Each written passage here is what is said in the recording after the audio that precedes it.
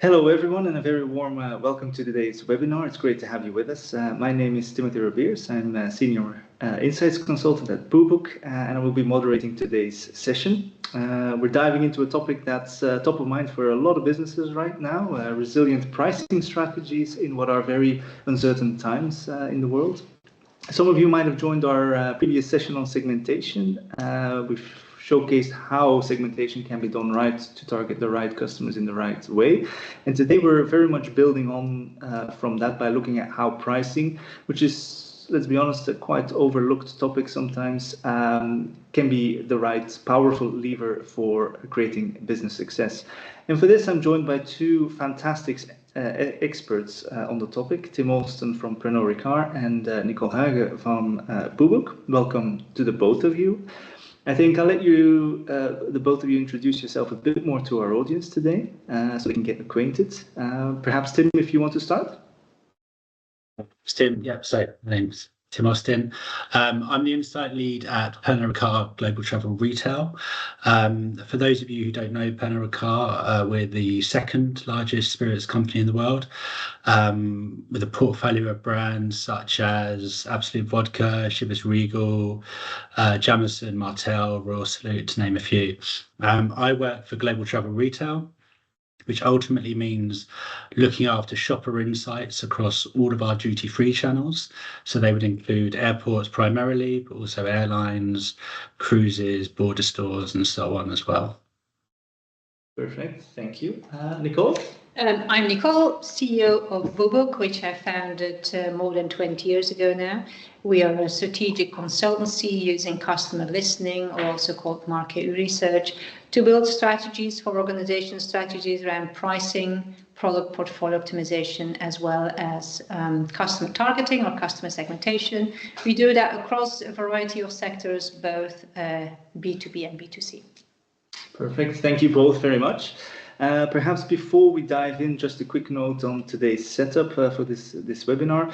We'll be having a discussion with our speakers for about 30 minutes. In the meantime, as the discussion is going on, please feel free to drop any questions that you might have in the chat. We'll address them during the live Q&A that follows the discussion, which would take around about 15 minutes or so. I'm sure it won't come as a surprise to many of you that we're currently in very turbulent times. We've got tariff wars, trade wars, real wars going on in the world. And at BooBook, of course, we regularly hear from our clients across sectors, FMCG, trade, retail, travel, and the message is consistent. Markets are turbulent, and as a result, businesses are very, very challenging. And of course, pricing is very much at the heart of that conversation. So perhaps to start it off immediately, Tim, let's start with you from the retail business side of things. How are things looking from your side, particularly in the world of spirits and Pernod Ricard? Tim, so yeah, I mean, it's certainly a challenging time for the spirits industry at the moment. In some regions there is a drink less trend that you may have heard about, but then in other key markets there's a clear economic slowdown, which is certainly impacting spending power, consumer confidence, and then we have the kind of the broader geopolitical challenges as well. I mean, the recent tariffs announced by the US are the obvious example, I guess. They clearly impact global business. We're yet to see how this kind of pans out, I guess. But even announcements like this can really impact consumer confidence and ultimately spending as well. So yeah, I mean, these issues are, largely out of our control. So we have to manage what is within our control. And, we have a strong portfolio. We've got many exciting things in the pipeline. So yes, there is a lot to be optimistic about, but, there is this kind of grimmer kind of economic backdrop, if you like. Yeah, of course. And when you look at the road ahead for Pernod Ricard, what would you say are the biggest challenges that you're facing within your channel right now? It's a good question. I mean, from a duty-free perspective, particularly, I mean, I'm sure you remember, in 2020, the whole industry literally closed down from COVID. Virtually no one was traveling. Duty free was non-existent. So, that was the ultimate challenge. Thankfully, travel has pretty much recovered now, actually, certainly in most regions. But as a result, other challenges have emerged as a result of COVID, and since then as well. People have fundamentally changed. That includes, category and brand preferences have evolved. So we're always striving to kind of meet these evolving needs. A good example is the growth of tequila recently, or I say recently, last few years, and certainly in some regions. So again, how do we respond to those kind of larger trends? Then we've got more specific trends on the shop floor around shop emissions. They've evolved. So this really impacts certain communication strategies. A good example would be business gifting. It's a really key mission for many of our Asian travellers. But in light of some legislation and just broader trends, this is becoming less of a trend in itself, less of a behaviour. So we have had to adapt our strategies, our brand and comm strategies to meet this as well. And then, of course, we've got pricing, which is why we're here today, I guess. Consumers are more aware of, and certainly, I guess, more demanding of the prices that they can purchase brands for now. So, we have to respond to that. People, our shoppers, they're far more online, I'd say, the last kind of 5 years or so. They're more aware of how much a product would cost online versus in their local supermarket, and especially versus duty free as well. So yeah, it's proving to be, there's so many additional, I guess, challenges that have arisen as a result of COVID and so on, and since then. Yeah, it's interesting to see how those expectations that turned out quite differently. Perhaps turning to you, Nicole, in what way does what Tim's describing resonate with what you're hearing from other companies we work with? I would say very much so, especially picking up on the last element in price. I think overall, and I think what you also mentioned, consumer sentiment, overall that has changed quite a bit, even for those, I would say, consumers or customers or companies that are not immediately impacted by what's happening around us. Overall, we see and we hear that people are looking at or revisiting their purchasing behavior because of that sentiment. We all read the newspapers. It's far from positive, I would say. So people are kind of rethinking, do I really need everything I typically buy? So a lot of companies these days are kind of putting a lot more I would say emphasis on getting that price right. So the questions we typically get is our price, in fact, is it right? Are we doing the right pricing versus competitors? Are we not too cheap, not too expensive? Can we still stretch our price? Or possibly, should we go down in price? Because the big shift that we've seen lately is that a lot of companies are moving from I would say, profit or a value strategy to a volume strategy, because they want to make sure that they keep selling, It's, that kind of overconsumption that we've been, not overconsumption, but I would say nicely consumption over the last few years, that's definitely slowing down. So it's back to volume. So what price is needed to generate volume again? So definitely very much in line with what Pernod Ricard is seeing. So a lot of companies now put a lot more emphasis on pricing. While before that was something that at the end they would put a price on it, and they spend much more time on product development, service development. Price has become more important. I definitely would not want to say that Pernod Ricard is one of those examples. They've treated pricing, or I would say, have always very professionally, so that hasn't changed. But there are many other companies that kind of finally start realizing that pricing is really important.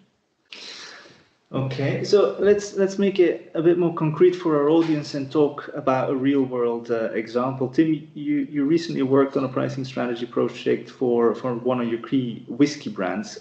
Could you perhaps talk us and the audience through what was happening and how you and your team approached it? Absolutely. So as you say, one of our key blended Scotch brands has seen growth stagnate in one of our key markets, towards the end of last year. We needed a full understanding of what was happening, so that we could put in our strategies to kind of hopefully reverse that trend. Now, I guess price was the obvious factor or hypothesis. This is based on our understanding of the market, but also of based on what many of our stakeholders were saying as well. However, we were open to the fact that it wasn't. It could have been other factors as well. It could have been other drivers. It wasn't going to be purely price. I think to add complexity to this brief as well, as I kind of alluded to, our brands are sold both domestically in local stores, online, but also in duty-free stores as well, which is a major sales channel for this particular market. So I guess the question was, how do we manage the pricing strategies from across both channels, as well as versus competitors within each channel as well, but also taking into account the non-pricing factors as well, and we'll come on to those in a bit. But that could be brand equity, it could be shop emissions that I mentioned, it could be exchange rates and so on. So there's many other kind of broader factors at play as well. So this is when we came to you guys at BooBook with our brief, really wanting to understand more and helping to kind of guide us in terms of how we could tackle this issue. And Nicole, is this also how you remember the initial brief?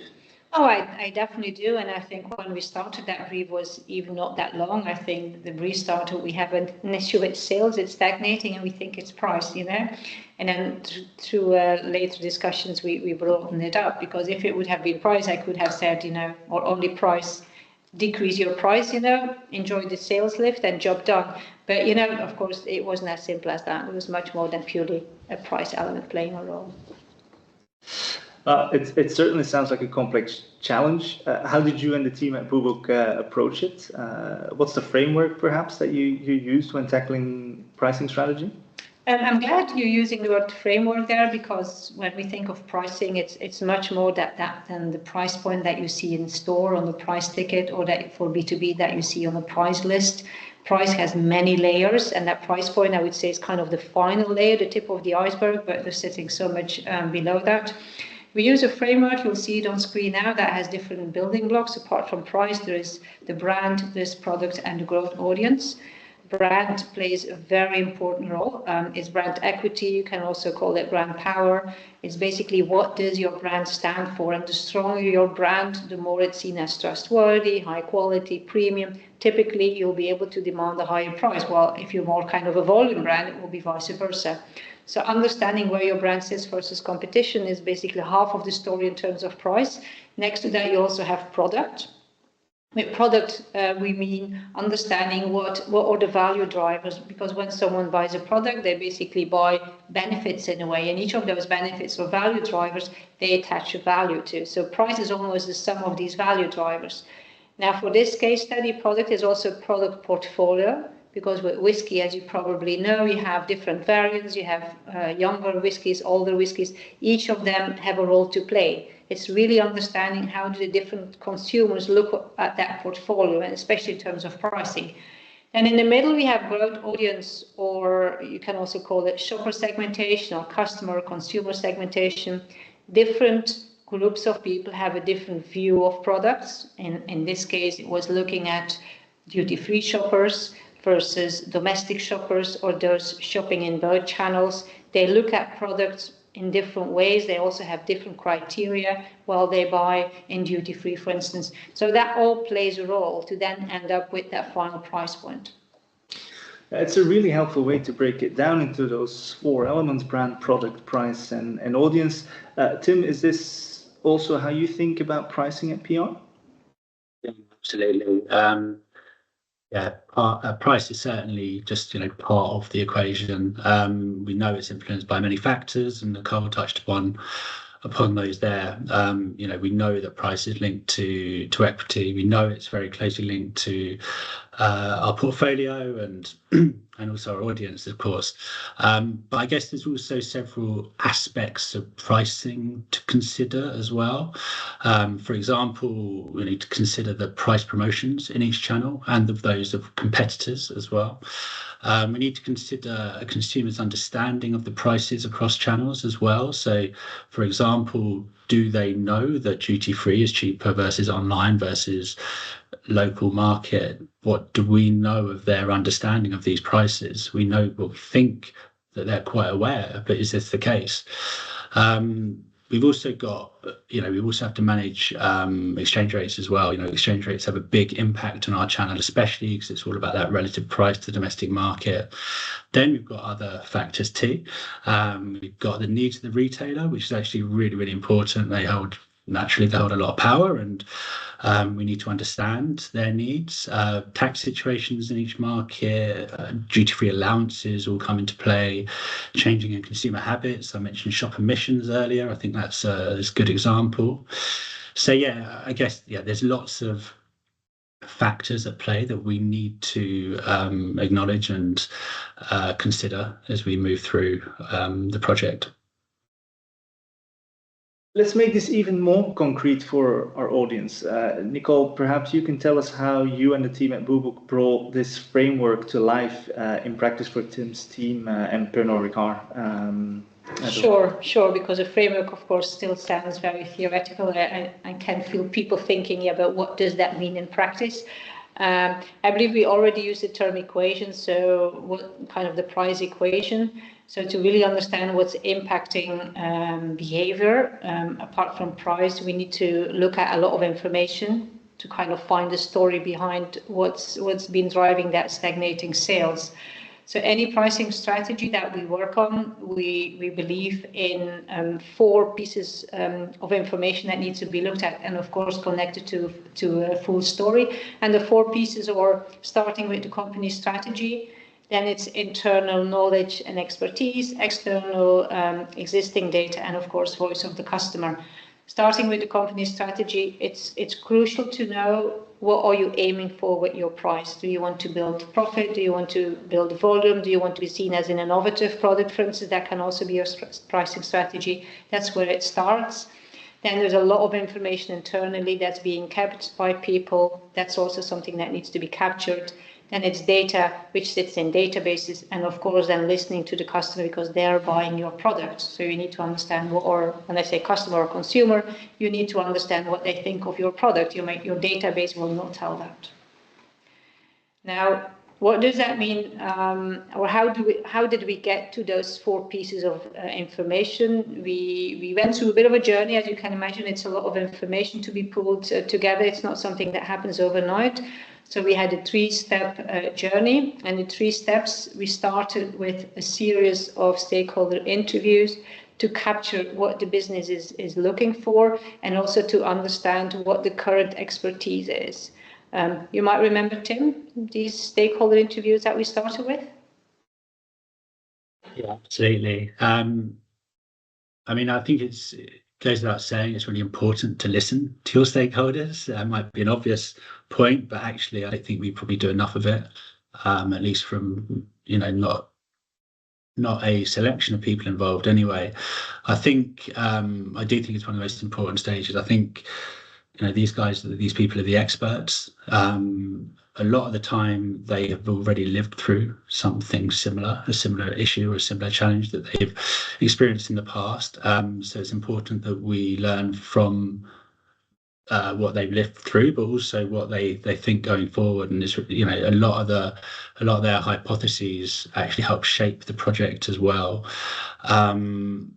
I think crucially, it actually gets them involved in the project, so it feels like they're part of it from the start all the way through to the end. And this means that they're more invested in it, but they're also more receptive to the recommendations that we deliver to them at the end of the project as well.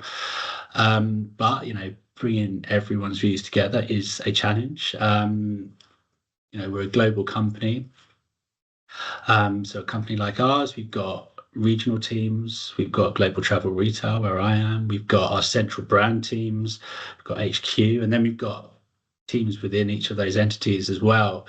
And all of these people need to be involved if we're going to really make a difference with our findings, because they're the people that are ultimately going to put these recommendations in place. And if they're not invested and they don't trust and believe in what we're doing, then that's very difficult to happen.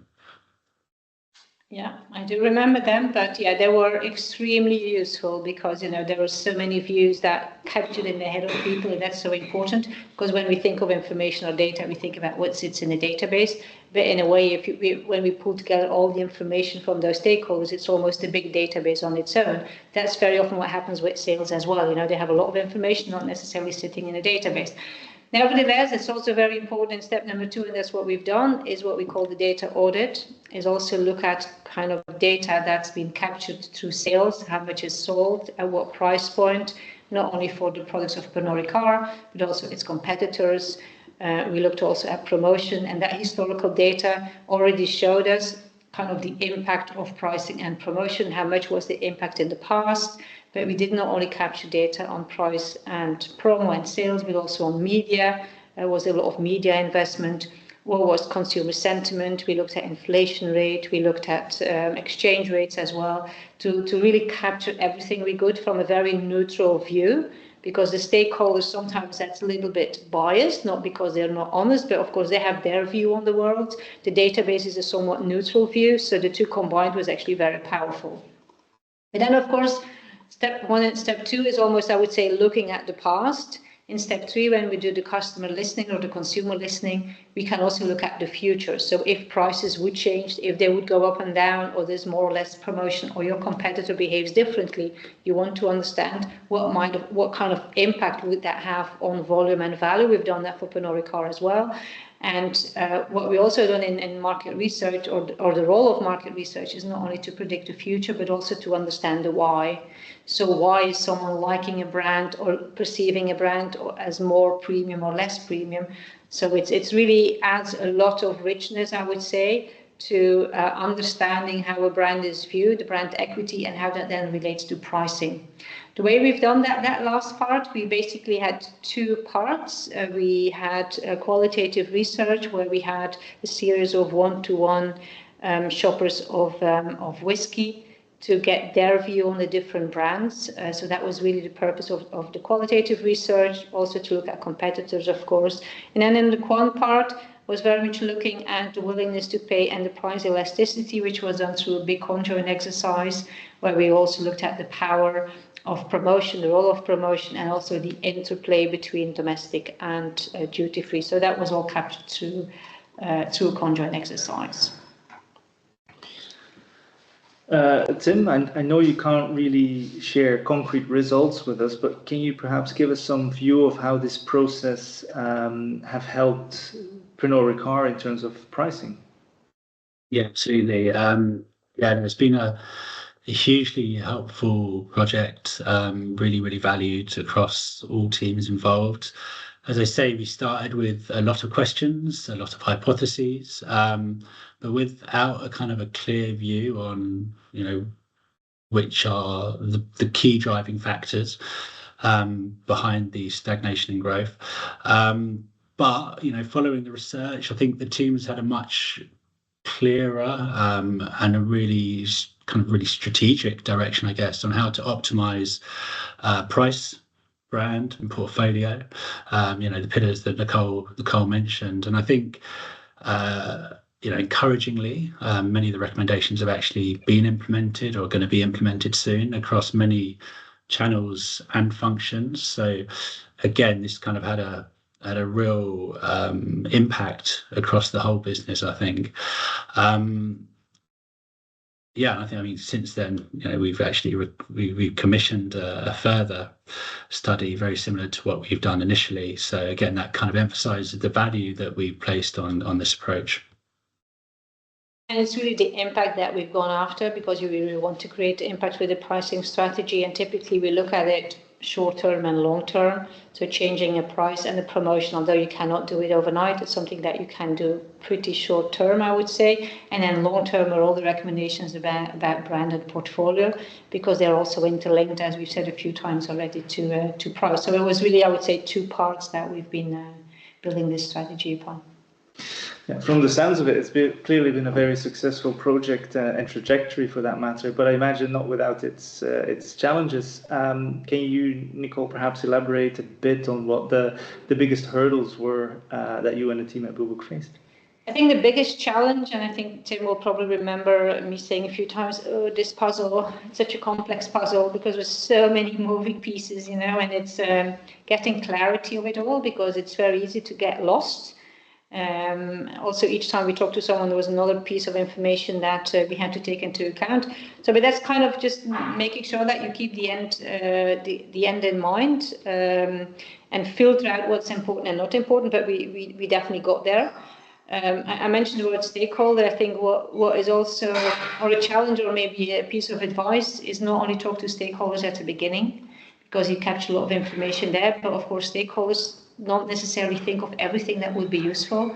So what we've noticed, as soon as we generated some insights or some pieces of information that we wanted to double check with the stakeholders, at that point they would tell us some more things that they thought or they have experienced. So it was really important to involve them from, I would say, from the start, but not only finish there, but also throughout the journey. And Tim, maybe from your side, were there some challenges as well?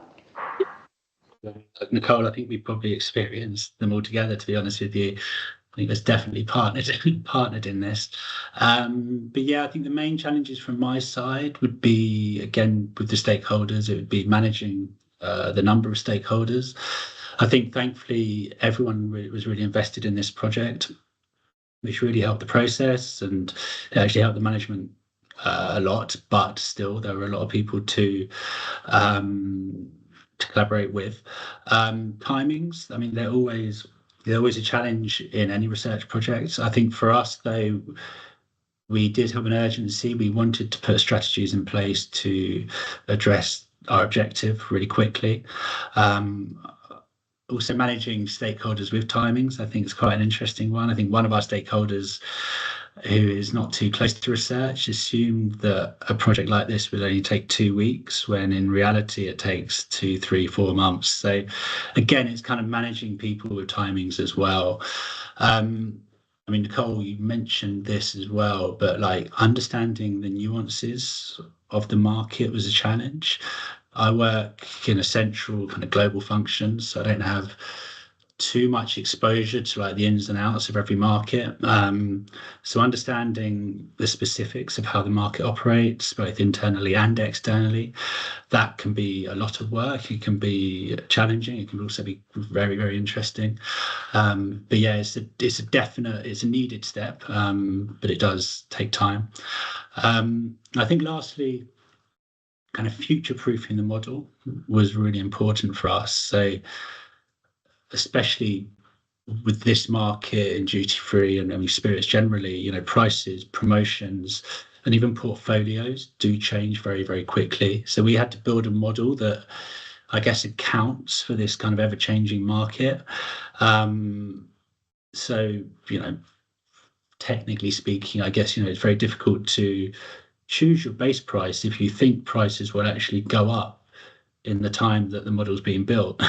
And then equally, select parameters on your research in terms of how far you're going to stretch the pricing simulations. So anyway, there's lots of kind of technical issues to consider to make sure that this model will be valid and work for us in 3 months, 6 months, a year time.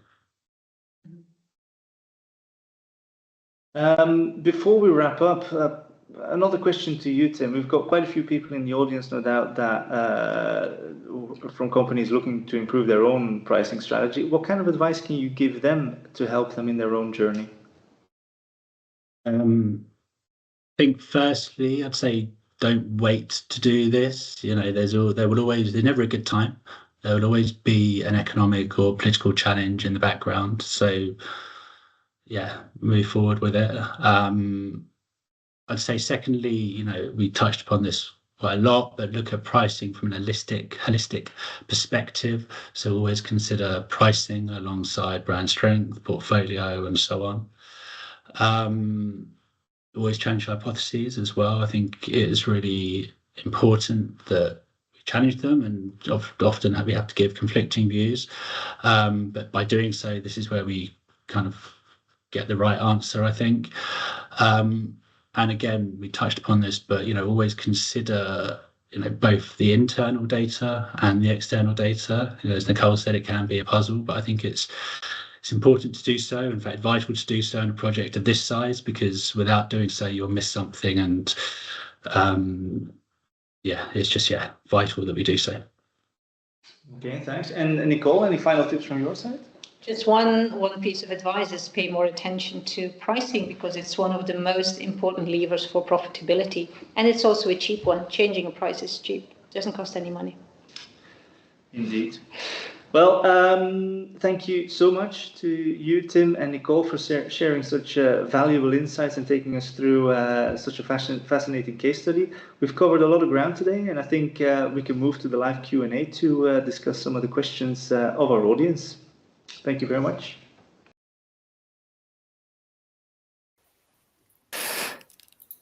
Okay, we've got one question already in the open Q&A by Stan. Thank you very much. So perhaps regarding the market, question is, was this an exercise done in a single market or across different markets at the same time? Perhaps Tim, you want to jump in first? Yeah, absolutely. Yeah, so this particular study was single market. As I mentioned, I think the complexities of that market, I wouldn't have liked to deal with more than one at a time in this case.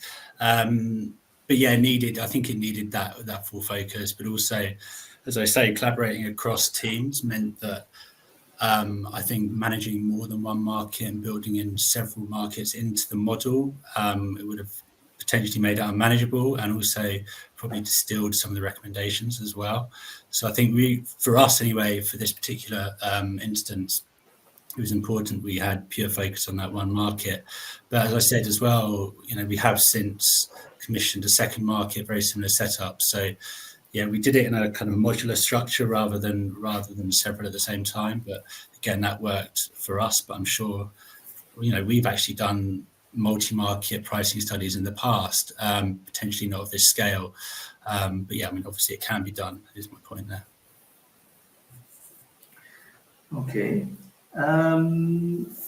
Next question that we have, and it's maybe a question in two actually, when I read it. How relevant is this for other sectors, including B2B? And the second part, what if no or little existing data is available? Perhaps, Nicole, you want to take that one first? Sure. I think the principle of building a pricing and promo strategy in a B2B context, or also for other sectors outside of FMCG, I would say it's very similar. It's pulling together different views on pricing, making sure there is data on the different levels. I think the big difference with B2B is that you don't always have the luxury to talk to so many customers. For this study, we talked to 800 consumers, shoppers across the different channels. You don't have that in B2B, or very rarely. But it almost makes it even more important to have that customer view in there. So the third step we had, because very often is the only source of having competitive intelligence, knowing what your competitor's doing. In a B2C context, there's much more view on competitors, much less so in B2B. That's where it's actually very important to talk to customers, because they will give you some information on their view on competitors. So from that perspective, I would say very similar. In a way, what makes B2B strong versus B2C, because very often we get the feedback, it's B2B, we don't have much data, or it's very difficult. In fact, B2B often has somewhat more data in terms of a CRM. There is a CRM there with some information. Okay, there might be some gaps, or there might be little, but nevertheless, there is some data that you can work from. For fast-moving consumer goods, there is no CRM unless there are loyalty programs, but they don't really have data on their consumers. That's different for B2B. So from that perspective, there's also an advantage, but I wouldn't say there's a lot of difference apart from, how much you can talk to people. Okay. We've got a follow-up question from Stan in relation to the first question regarding the different markets. Did most of the existing data come from Pernod Ricard themselves, or does Bubuk have access to most of these data sources? Perhaps Nicole? I think it's a combination of both, Tim. We for the data audit, we accessed a lot of data. I would say the majority was specifically sourced for this project by Tim and his team. But there are some data sets that we already have because we regularly work for them. But outside of those data sources that we got for this project, we also sourced quite a lot of external data ourselves to understand how is the market doing, how are consumers spending, how is consumer sentiment. So all of that we sourced ourselves. So I would say it was a combination. I'm not sure, Tim, if you want to add something to that. No, absolutely. Yeah, I guess the only thing to add is sourcing and sharing data can be a challenge in itself. It can take time because, from a duty-free perspective, we aren't blessed with the level of data that the domestic market is. For example, we don't have Nielsen or an equivalent. So sometimes there could be holes in our data. We've got a full view of how our brand's performing, but not necessarily the competition. So sometimes trying to piece together trends can be tricky. And I guess that's also where the stakeholders come in and are really valuable because they've got such knowledge of the market and they can help piece those puzzles together a bit. Or they can have access to data that as a central function we don't have access to as well. So again, it's kind of like collaborating with the teams to understand what we can get. That can be a challenge, but I think, like you say, Nicole, I think generally speaking, it's a combination of internal and external data. And overall, what we do experience is that there's always more informational data in an organization than what we think. Typically, when we start a trajectory like this, we almost always get the feedback, we have little data. But it's very rare that a company has really little data. I think the problem is rather that it sits among different teams in different data sources. People don't know where it sits, but where we really start trying to dig deep or connect different teams, we always end up with more data than what we thought we would. So I think it's a matter of, trying a bit hard to find it. But it takes a bit of time, of course. Okay, perfect. Another question through the chat that came in, perhaps for you, Tim. Based on several recommendations that are being implemented, how is the impact of these recommendations being followed up, and were they the right recommendations? Good question. So, broadly speaking, we had, or you guys presented short and long-term recommendations to us. So, again, broadly speaking, short-term was more focused on price and promo recommendations, primarily from the conjoint analysis. These have been actioned, or at least to some degree, across all channels. And we have seen a positive uptake on volume sales. We are monitoring that, obviously. It's still early days, but there was an uptick, so that was positive.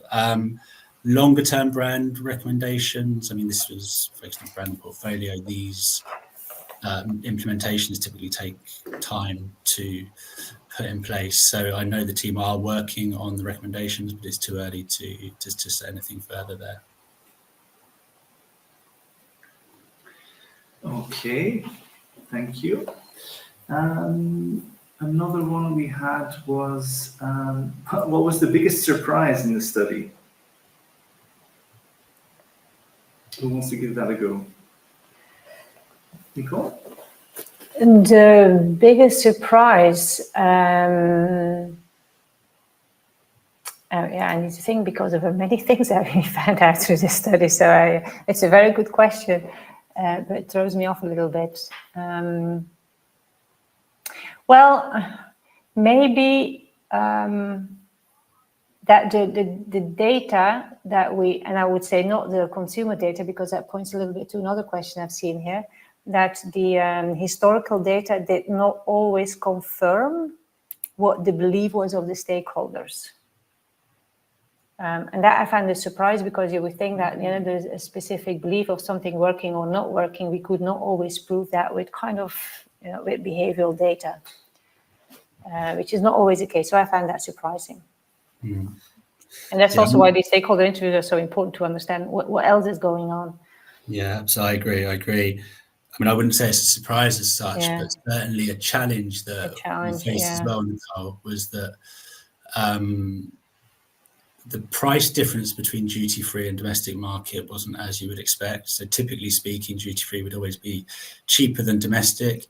This wasn't the case in this study, which actually made the building of the pricing simulator really tricky and hard, because people's perception of duty-free prices were actually higher than the domestic market. So how do you, it was a very different model we had to build. So again, it wasn't a surprise as such, but it was something that we had to really take into account and put in place. Mm-hmm. Perfect. Another one that's maybe touched upon a little bit already, but I want to bring it up nevertheless. Question on the integration of internal and external data. Was that done in one pricing model? And if so, which of the two data sources were prioritized in case of any contradiction? Is that? Yeah, and that's actually a very good question. And it also showed us how important the analysis is of internal data. So internal data, just to make it very clear, it's referring to historical sales data. So basically data that comes from stores, while external data is I would say, consumer listening. And you probably know that there's some, when you do market research or customer understanding, consumer understanding, not always everyone believes that the outcome, because they think, it's what people say in online surveys. You can say whatever you want in online surveys. There's sometimes some skepticism around numbers that come out of there. And that's where the data audit proved very useful, because we got very similar results from what came out of historical data, and also what we then saw from consumer research. I mean, it was not exactly the same, because what would otherwise be the benefit of doing the market research. But at least we could then say, well, for those who did not really believe fully what came out of market research, you could say, well, we've seen something really similar in the sales data. So from that perspective, the integration, the models that we built to predict was really using external data only, so using the research data, but the insights that come out of it were backed up with what we've seen from the past, but of course more nuanced, because that's why we've done the study. But they were not fully integrated.